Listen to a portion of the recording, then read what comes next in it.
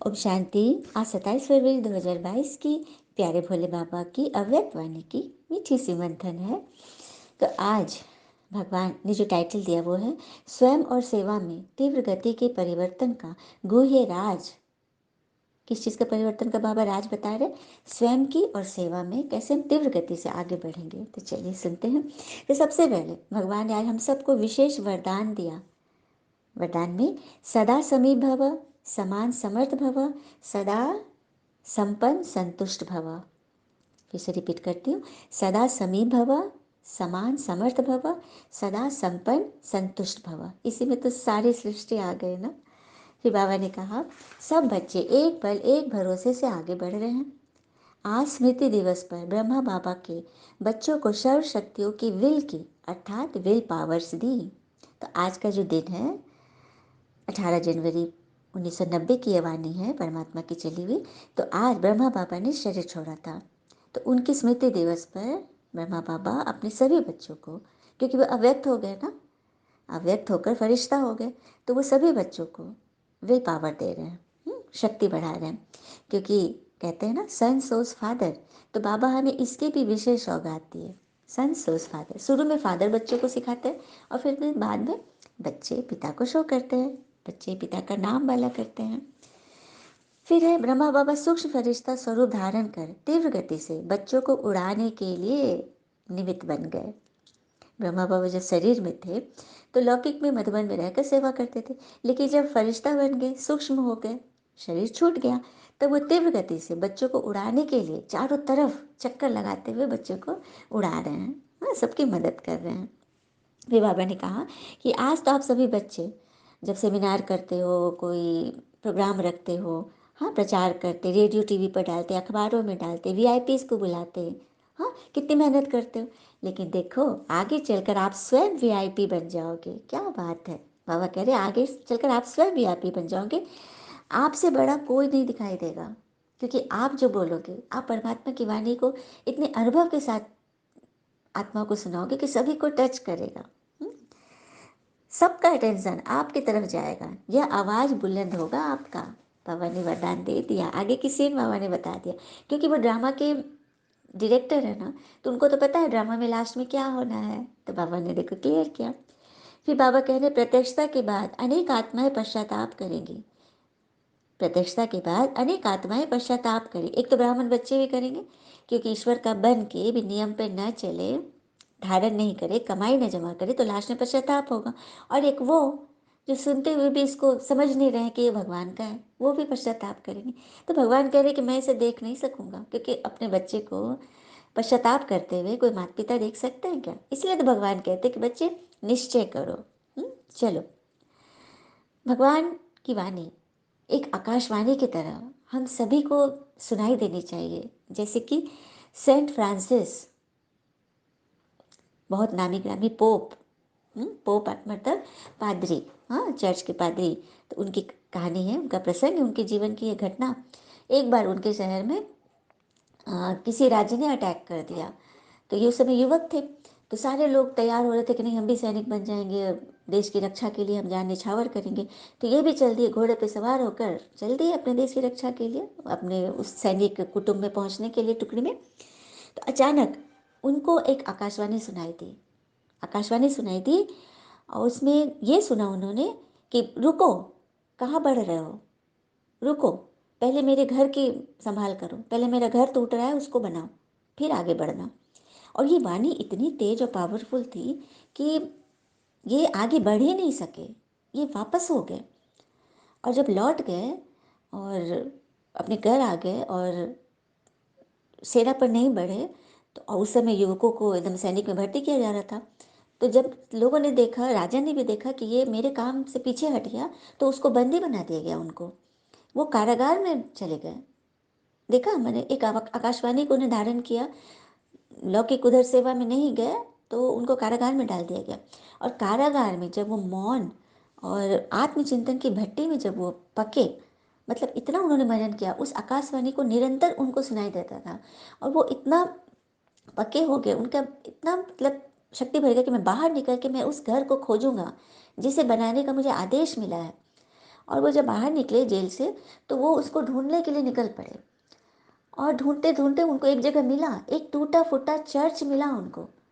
और तभी उनको टचिंग है कि हाँ, इसी के बारे में कहा जा रहा है। और वो उस चर्च को बनाने में एकदम सेवा से जुड़ गए और वहाँ के पोप बन गए, इतने नामी ग्रामी। तो देखा, एक आकाशवाणी से उनका जीवन बदल गया। और यहाँ परमात्मा, ये वाणी क्या है मुरली, ये हम बच्चों के लिए भी वो आकाशवाणी है कि भगवान कह रहे हैं कि मेरे घर की मरम्मत करो। तो भगवान का घर, ये दुनिया, ये सृष्टि जो पुरानी हो गई है, खंडहर हो गई है, इसको नया बनाने में हमें ईश्वर की मदद करनी है। तो सभी तैयार है ना? हमें भगवान का मददगार बनना है। भगवान ने हमें ये आकाशवाणी, ये वो तो एक दिन सुना था, हम बच्चे रोज रोज हमें मिल रहा है ये आकाशवाणी।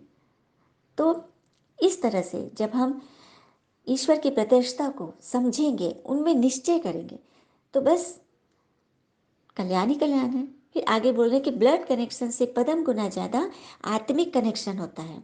ब्लड कनेक्शन, हमारा परिवार, हमारे बच्चे, हमारा घर, वो तो है ही, वो तो साथ चलेगा ही, लेकिन पदम गुना ज़्यादा आत्मिक कनेक्शन, जब परिवार के रिश्तों के साथ भी जब हम आत्मिक कनेक्शन जोड़ लेते हैं ना, तो सभी अपने लगते हैं। और सभी की कमी कमजोरियां को किस तरह से हम उसको निकालें, इस पर चिंतन चलता है, इस पर हम साकाश देते हैं।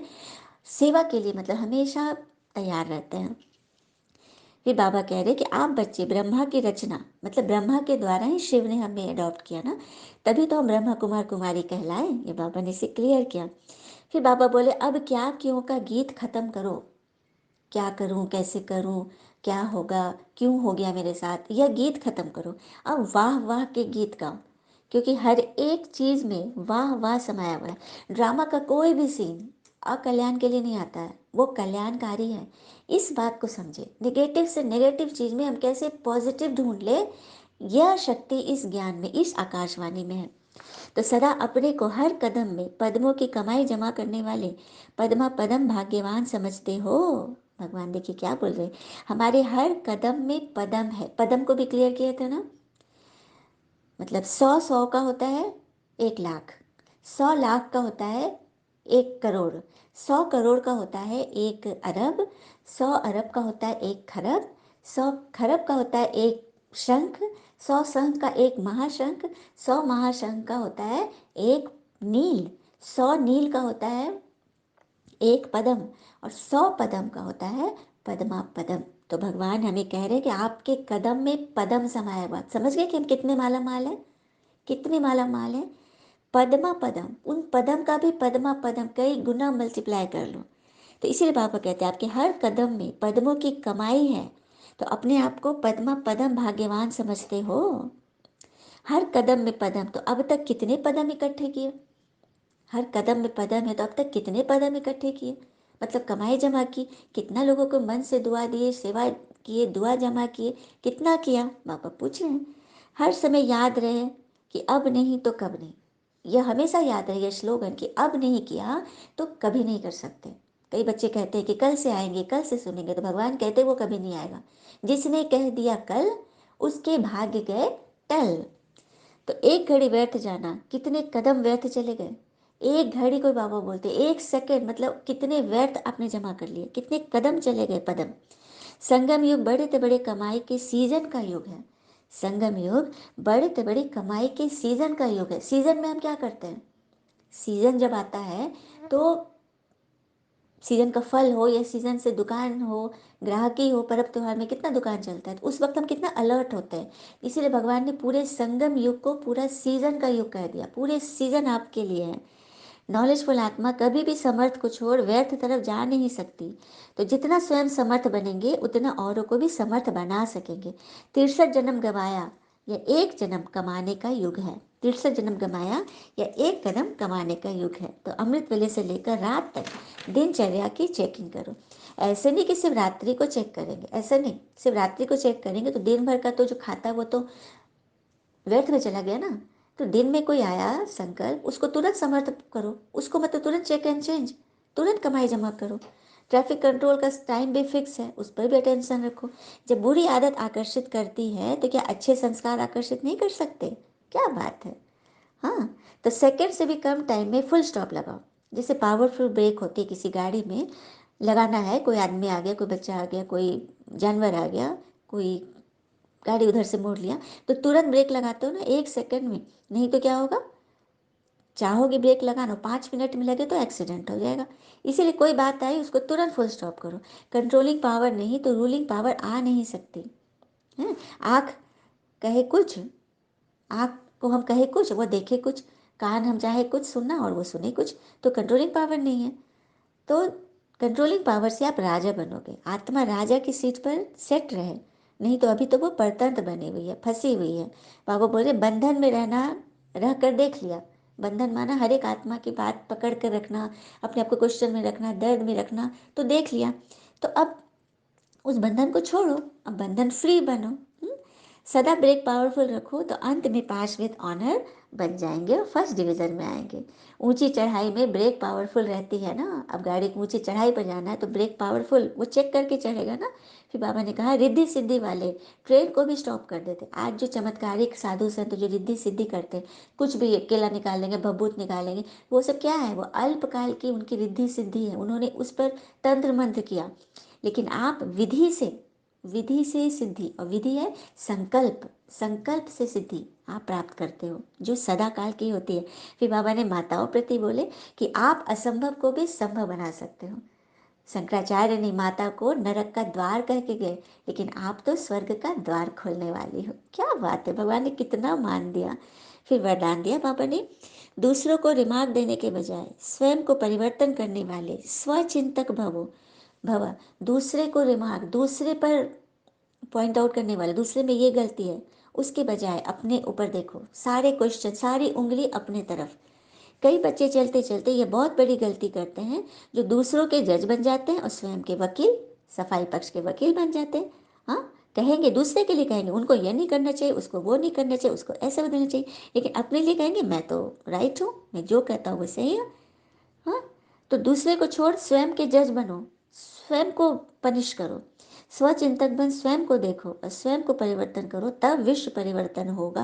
भगवान विश्व परिवर्तन, युग परिवर्तन करने आए, तो अपने आप को देखो, स्वयं को परिवर्तन करो।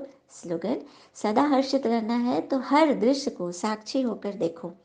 सदा हर्षित रहना है तो हर दृश्य को साक्षी, जैसे हम ड्रामा देखते हैं, सिनेमा देखते हैं, तो एक रील पास हुआ फिर दूसरे सीन में कन्वर्ट हो जाते हैं ना, मन डाइवर्ट हो जाता है, हम नहीं फंसते पिछले में। उसी तरह ड्रामा में, इस घर में, परिवार में, समाज में जो भी हो रहा है, ड्रामा का सीन है, उसको साक्षी होकर देखो, सकाश दो, शुभ भावना रखो और आगे बढ़ो। अच्छा, ओम शांति। शुक्र मीठे बाबा, वो बाबा के प्यारे प्यारे बच्चे, all is well that ends well. ओम शांति।